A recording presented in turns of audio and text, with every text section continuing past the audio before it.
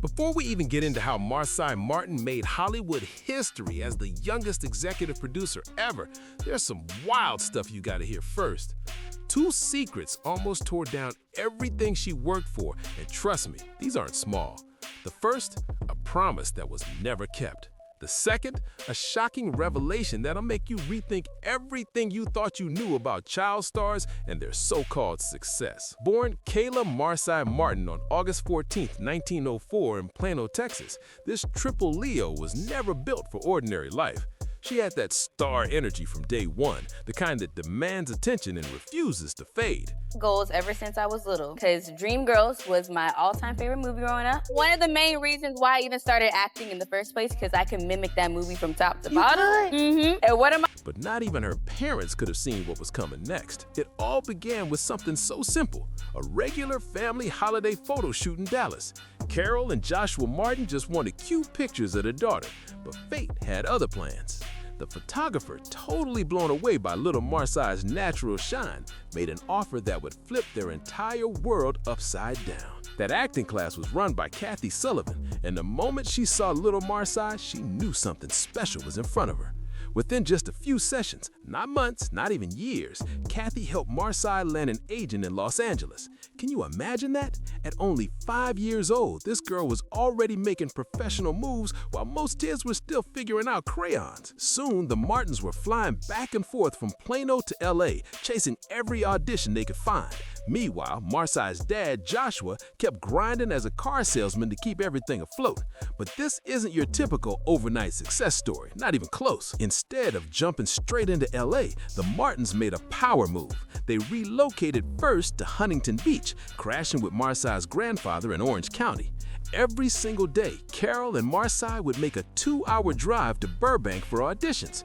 2 hours each way. That's real dedication. Marsai once said, "We were driving from Huntington Beach all the way to Burbank, remembering those long, exhausting commutes that would have broken most 8-year-olds. But during those drives, something powerful was brewing. Every single morning, Pharrell's Happy blasted through the radio, setting the tone for what was coming next. It was like we were hypnotized," Carol recalled, laughing about those long drives filled with Pharrell's Happy. You are the last person. I'm the last.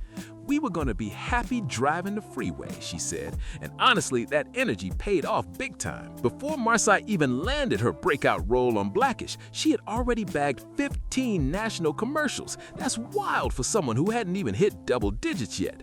Then came the life-changing audition.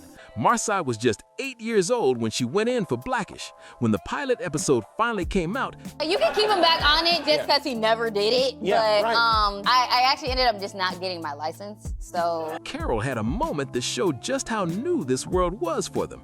She called up the other parents on set and asked, "Did anybody else get overpaid? I think they overpaid us." Nobody had told them what residuals were. They were suddenly in a whole new world, learning as they went. But Carol said it best, "We quickly figured it out." And what they figured out didn't just help them survive Hollywood, it set the foundation for something groundbreaking. Still, those early Blackish days did more than launch a career. They completely changed how Marsai saw herself, from that bright-eyed 9-year-old to a confident star by 17. Marsai Martin didn't just play Diane Johnson on America's screens, she grew up as her. But behind those cameras, Marsai wasn't just acting, she was soaking up game from legends. We're talking Tracy Ellis Ross, Anthony Anderson, Lawrence Fishburne, and Jennifer Lewis, literal icons. Most child actors spend their time surrounded by other kids, but not Marsai. She once said, "I grew up an only child for the most of my life. It was just me and a bunch of adults, so it kind of fit me." And wow, it really did. But what the cameras didn't show during Blackish Season 1 will blow your mind. While filming at just 9 years old, Marsai came up with a full-on movie idea. Not some small-time dream or maybe one-day plan. No, this girl pitched a feature film to Will Packer and Universal Studios at 9. Just let that sink in. While other kids were pitching tantrums, Marsai was pitching to Hollywood power players. But here's where the real twist hits. The movie didn't happen right away. this is where her first big secret comes in, the one that shows what real patience and persistence looks like in an industry that eats young talent alive. Some kind of joy. There was some kind of laughter. There was some kind of connection to understand the person. Because, I mean, yeah, we're pain, but we're also a bunch of other different things as well. Like That's what emotion is. For 4 years, Marsai kept grinding on Blackish, quietly wondering whatever happened to that idea she pitched at 9. Then, when she turned 13, she couldn't hold it in anymore. She finally asked, "What they say?" Yes, they greenlit it, but like, what happened? That question changed everything. The answer? It made her the youngest executive producer in Hollywood history. And when Little hit theaters in 2019, it wasn't just a movie release, it was Marsai Martin's official takeover moment, proof that her childhood dream had turned into a record-breaking reality. At just 13 years old, Marsai Martin didn't just star in a major film, she executive produced it. Hollywood had never seen anything like that before. She took an idea straight out of her 9-year-old imagination and turned it into a full-blown movie, Little, starring Issa Rae and Regina Hall. That's legendary status already. But behind all the applause and headlines came a level of pressure nobody warned her about. Marsai later said, "Yeah, I didn't jump into creating Little because I knew I would get that achievement. I was genuinely doing it because it was fun." But that achievement, being crowned the youngest executive producer in Hollywood history, came with weight.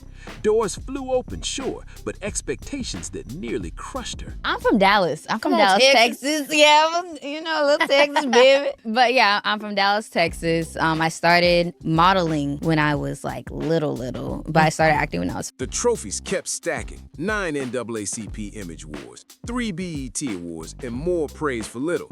But with every win came the same haunting question. What's next? That's the part nobody tells you about being a prodigy. The world stops cheering and starts waiting for your next miracle. And Marsai, she was tired, really tired. After Blackish, I was just like, okay, my routine is gone, she said, reflecting on that strange emptiness after years of non-stop work. Something that I've had for 8 or 9 years. Now I'm older. I know things. I've kind of had these fears and anxiety and all the things I didn't have when I started. And that's when the second secret appeared, one that would shake fans to their core. It's not about fame or failure, it's about something deeper, something that flips everything we thought we knew about what it really takes to keep success. Carol Martin once pulled her daughter aside and said something most Hollywood parents would never dare to say. As soon as it's not fun for you, we'll do something else. That's not just parenting, that's protection. Carol wasn't about forcing fame. She was about saving her daughter's peace. Think about it. Marsai Martin the brand and Kayla Martin the person. Two totally separate worlds. Carol made sure her daughter could take off that celebrity mask whenever she needed to, just like Peter Parker in Spider-Man. Whenever she needs to take that off, she has a safe space to be herself, Carol explained. But the truth is, the industry wasn't ready to let Marsai or Kayla slow down for even a second. By 14, when most teens were thinking about high school dances, Marsai was launching her own production company, Genius Productions. And it wasn't just some vanity title. This was a real deal with Universal Studios, and Marsai came in with a powerful mission that no one saw coming, the no black pain rule. Me and my mom doing auditions, and my dad was a car salesman. Here he is selling cars. That's where you got the talent from, no? Right, no, yeah. That charisma. Yeah, so I would see him, I would only see him like really at. She wasn't shy about her frustration either. People would just come in with these slave movies, Marsai said, tired of the same recycled narratives. What she wanted was something new, original, creative, and full of joy. Projects that celebrated black life instead of centering on suffering. At just 15 years old, Marsai Martin was sitting across from Hollywood executives and shutting them down with confidence most adults couldn't even fake. She told them straight up, not interested in your trauma stories. Show me black joy. Show me black excellence. Show me something that doesn't make us relive pain for your Oscar bait. She wanted fun, fresh, exciting projects, stories that felt alive. And now, can you imagine a teenager calling out an entire industry like that? That's revolutionary energy. But revolutions always come with backlash. In 2020, during the BET Awards, Marsai faced a wave of cruel online criticism. People picking apart her looks, her hair, even speculating about veneers. She was just 16, and the comments were brutal, targeting a young girl who'd done nothing but win. Instead of clapping back, Marsai took the higher road. She posted a message asking for respect and privacy, reminding everyone that she's a person, not a product. She even connected her experience to the larger movement for justice and humanity that was shaking the world that summer. That's real maturity and strength right there. One day, it was a lot. We took holiday photos for my grandparents back in Dallas, and the photographer was like, I will give you guys a discount if you take her to this acting class. Then came Disney, and Marsai wasn't just acting anymore. She created, produced, and developed the show Saturdays. It's all about 3 black girls in Chicago's roller skating community, and every detail was intentional, from the setting to the style to the culture. It was a full celebration of black joy and representation. We talk about skating, the roller skating culture on the south side of Chicago, she said proudly. Proof that Marsai wasn't just changing the game, she was rewriting it. Marsai's excitement for Saturdays was real. You could feel it in every word she said. It's all about family and love and our amazing trio of young black actresses, she shared with pride. The show dropped on Disney Channel and Disney Plus, and critics loved it. Danielle Jalade, Daria Johns, and Peyton Baysnight absolutely shined. The chemistry, the culture, the vibe, everything hit just right. But then, out of nowhere, Disney canceled it after just 1 season and even pulled it off the platform completely. The news stunned everyone. Marsai opened up about him, saying, I think it's because they never know how to really promote black television or films on the platform. Her voice cracked as she continued, explaining how hard it was watching the show get cut without real support from Disney. For me not being on the show and them thinking it needed to be put on my back to carry it through, without Disney's push, it was a lot, she admitted. But the part that hit Marsai the hardest wasn't about her, it was about them. Remember when we pitched something and they said yes? And they said yes, they greenlit it then, but like what happened? Is the light still green? Is the light green? Did it turn yellow? Right, what are we doing here? Our black girls, our 3 main leads. This show was supposed to be their big moment. I can never talk about it without getting emotional, she said tearfully. Imagine being 20 years old and learning the kind of lesson most people don't face until 40, that you can do everything right and still lose. But here's what separates Marsai from the rest. She didn't let it break her. Instead, she turned that pain into power. She said, we know what industry we're in, just keep pushing, and we keep moving, and we keep grinding. While dealing with Disney's letdown, Marsai was already building something new, the Say Summer Cookout, an HBCU Senate festival with a strict no phones policy. Her goal, to create a space where young black creatives could connect, vibe, and be real. No cameras, no filters, just genuine connection and joy. Kathy Sullivan. Hey, Kathy. Yeah, that was the beginning. And I mean, we only did just a few sessions, and from there I got my LA agent. Marsai Martin wasn't slowing down for anyone. She launched MA by Marsai, her own press-on nail line, because as she put it, why should getting your nails done be inconvenient? Smart, stylish, and straight to the point. But that was just one move in her growing empire. She started buying property, not in one city, but across multiple states like Georgia, North Carolina, and Nevada. Yeah, at an age when most people are just figuring out credit, Marsai was already stacking assets. Then she kept the creative wave going, executive producing Remix MySpace for Discovery Plus and Fantasy Football for Paramount Plus. On top of that, she dropped Money with Marsai Martin, a Gen Z financial literacy series teaching young people how to get smart with their money. That's boss behavior right there. She even lent her voice to big-time animated hits like Spirit Untamed and Paw Patrol the movie. But even with all that success, Hollywood still tried to box her in. Casting directors started telling her she was too old for kid roles, but too young for adult ones. Basically, the classic trap that ends most child actor careers. Marsai kept it real, admitting, I got to a certain age where I just did not like to audition anymore. It feels like you're jumping up and down saying, look at me, look at me. So instead of waiting for permission, she stopped auditioning and started creating her own opportunities. That's how Marsai Martin flipped the script from child star to full-blown mogul. Then came November 2025, the Ebony Power 100 Gala. Marsai Martin stepped onto that carpet serving pure elegance, rocking a bold, intricate hairstyle that turned every head in the room.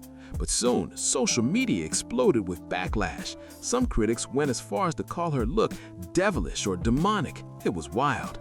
Marsai didn't waste a second clapping back. She posted, This Ain't That, proudly reminding everyone she's a Christian and completely shutting down the hate. That one post said it all. She wasn't here to explain herself anymore. Of original and creative ideas that were coming through the table, a Black company to produce. So I think that was really the start of me being like, no, I don't want to see this anymore. I want to see fun, exciting projects, things that are unique, things that feel different. It was the same old story she dealt with back when she was 16. People nitpicking a young Black woman's appearance instead of recognizing her power. But this time, Marsai wasn't asking for understanding or sympathy. She was standing firm, owning every inch of who she is unapologetically. And right after that came another major career move, G20. In early 2025, Marsai starred alongside Viola Davis and Anthony Anderson in an intense action thriller where Davis plays the President of the United States and Marsai takes on the role of her first daughter. This wasn't Diane Johnson anymore. This was grown woman energy, serious and commanding. Marsai revealed how tough filming was, saying she did some scenes over 70 times, even hyperventilating on purpose just to get the emotion right. That level of dedication, that star power, the kind that no amount of internet noise can ever dim. Working alongside heavyweights like Anthony Starr from The Boys and Viola Davis in G20, Marsai Martin soaked up every bit of wisdom she could. Anthony taught her how to stay locked in and keep that intensity on set, and while Viola, her hero, showed her the power of presence. You'd think working with someone like Viola Davis would be intimidating, but Marsai found something totally different. She's the sweetest, most down-to-earth person, Marsai revealed. She really does remind me of one of my cool aunties. And yes, believe it or not, Marsai still doesn't have her licensure at 20, even though she owns a car. Oh, and about that car, remember when Anthony Anderson promised her one when she was 16? Yeah, he never followed through. But of course, Marsai being Marsai, she got herself one anyway, because that's her story in a nutshell. Promises might get broken, shows might get canceled, people might criticize her hair, teeth, fashion, or choices, but she keeps on creating. Now she's developing La Fridge, a heartfelt father-daughter film where she stars opposite Courtney B. Vance. And that's just one of several projects in the works through her powerhouse company, Genius Productions. Her annual festival keeps thriving, her businesses keep growing, and her influence, it's unstoppable. As of 2025, Marsai Martin's net worth is sitting comfortably in the multi-millions. Different reports list her somewhere between 1.5 million and much higher. But what's clear is this: she built it herself. From those early $15 commercials before Blackish to major production deals, real estate investments, brand ventures, and residuals from 8 seasons on TV, she's earned every set with hustle and heart. We made sure that she understood that this is what she does. It's not who she is. She is Kayla Marsai Martin. Everyone in our family refers to her as Kayla. But here's the part no spreadsheet can capture, the real why behind Marsai's drive. It's one of those things like what I imagine marriage would be like, she explained thoughtfully. Constantly choosing somebody every day, whether they get on your nerves, whether you have arguments, or whether they do the littlest things that just annoy you. That's how Marsai feels about her career, a relationship she chooses to commit to every single day, no matter how tough it gets. Times where I was like, I'm tired. I'm trying to do this anymore. This is a lot for me. Yeah. And even after Blackish, I was just like, okay, my routine is gone. That's literally like the industry, Marsai said with a calm that only comes from experience. You have to wake up and decide to go for it every single day and give it your all. And that's exactly what she's been doing. At just 20 years old, she carries the kind of wisdom that comes from being tested over and over and never breaking. Her cousin, Janelle Monáe, blazed her own trail in music with the same fearless creativity, proving that innovation runs deep in the family. I really wasn't even thinking about how heavy the impact was until the movie was done. And going back to Blackish and realizing how not only the effect it had on young Black girls, but the effect it had on young Black creatives. Her best friend, Miles Brown from Blackish, is still by her side. Their friend groups have merged, and that bond from childhood fame is turned into genuine, lifelong loyalty. And let's not forget Joshua Martin, her dad, the man who once sold cars in Texas, but gave it all up to support his daughter's dream. He was the one driving those 2-hour commutes, the one who believed before anyone else did. That kind of faith doesn't fade, it builds empires. Now, Marsai knows something at 20 that most people never figure out. Your career isn't your life. Success isn't who you are. The same industry that builds you up will try to tear you down, but only if you let it define you. She's a triple Leo who proudly says she's never watched 12 Years a Slave, not because she doesn't respect it, but because she doesn't need to consume more pain to understand her power. She's still the youngest executive producer in Hollywood history, yet she's more hyped about her HBCU festival than her shelves of awards. Like, a lot of people called it like a unicorn set because of how loving everybody was, like from the cast, the crew, the writers. Like, it was so much passion behind the project. Marsai Martin is proof that a child star can grow up without the breakdown, without the scandal, without the spiral. And she did it all by remembering the one lesson her mom, Carol, told her from the very start. When it's not fun anymore, it's time to move on. What's for you is for you, and what's for you will never miss you. That's the motto Marsai Martin lives by, because when the lights dim, the cameras stop rolling, and the awards sit quietly on the shelf, Kayla Marsai Martin goes home to what really matters, her family. A home filled with 4 generations of women who loved her long before Hollywood even knew her name. She's only 20 years old, an age where most people are just trying to figure out who they are and what they want to do.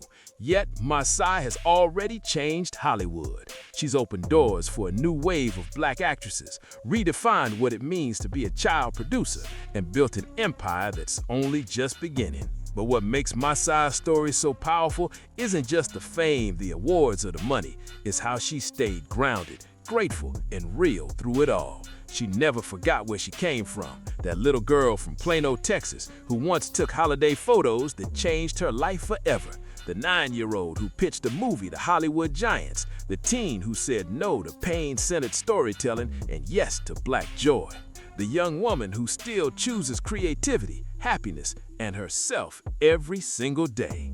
That's not just a Hollywood success story, that's a masterclass in how to be extraordinary without losing yourself in the process. So if you were inspired by Marsai Martin's journey, don't forget to like, subscribe, share, and drop a comment below. Let's give this young queen her flowers, because she's not done yet, and the best is still to come.